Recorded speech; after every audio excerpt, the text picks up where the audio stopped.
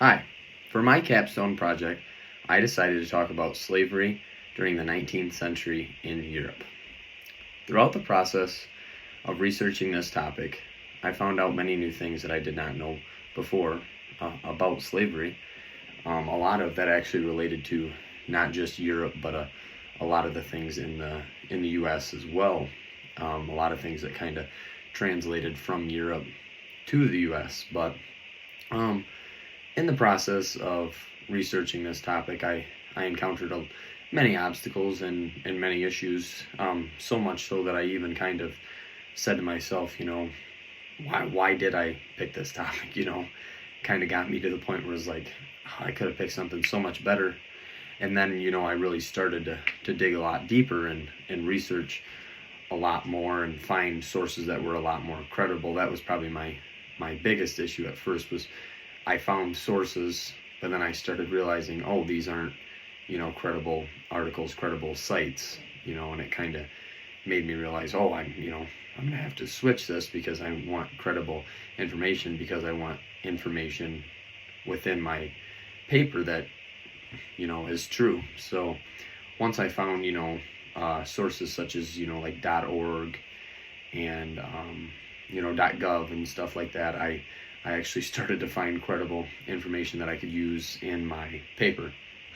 And a lot of the information that I found, some even being in the article about Bolonicism by the editors of Encyclopedia Britannica, which is one of the websites we were allowed to use. Between the 16th century and 19th century, an estimated total of 12 million enslaved Africans were forcibly transported. So in that time period of that range, 12 million African Americans were transported from their homes to other areas to work for use of the Europeans. And that kind of translated the whole, the whole thing from the Europeans to the U.S. They were taking slaves from Africa on ships.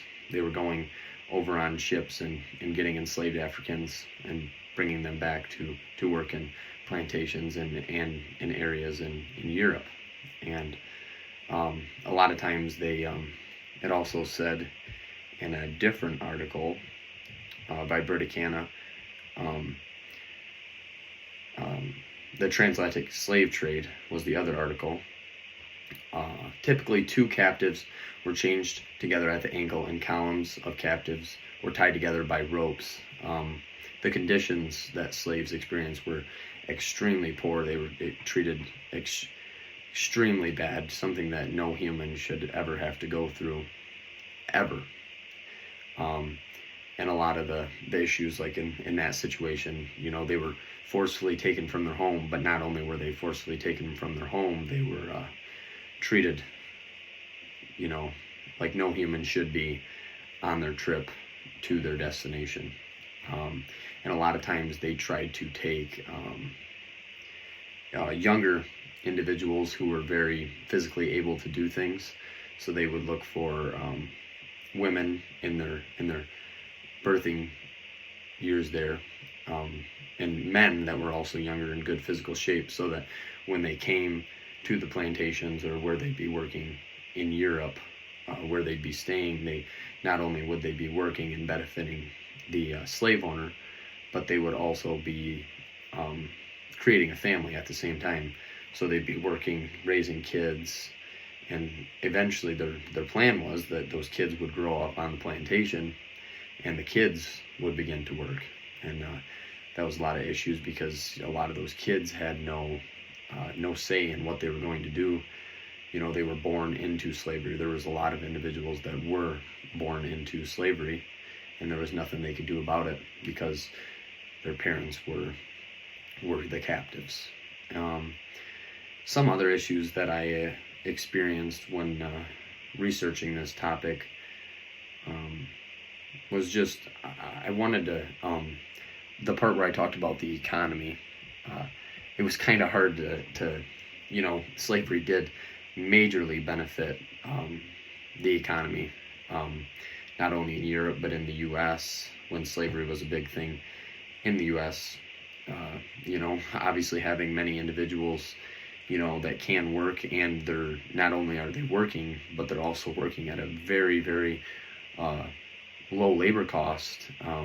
Some not even any cost. They weren't being paid for their services. So when you throw in, you have individuals working for, creating products, harvesting crops and all that, and they're working and not getting paid. You're taking, the slave owner is getting all of that profit, or the plantation owner is getting all that profit from that, because they do not have to pay, their workers. So that was very beneficial for them as well. So it was, kind of hard for me to take I had to take a very gentle approach on that, by not saying, that slaves were, saying that slaves were beneficial, but at the same time, it's very tragic what happened to the slaves. So I mean, it's tough to say, but slaves did set up the economy that we have today, by, their hard work, and we still need to continue to pay them back for that today. So there's a lot of issues, a lot of problems that I encountered on this journey of creating a successful paper, but I'm very happy that I was able to discover a lot of new topics and learn more on this subject, and provide information so that individuals are also able to become aware on this project. Thank you.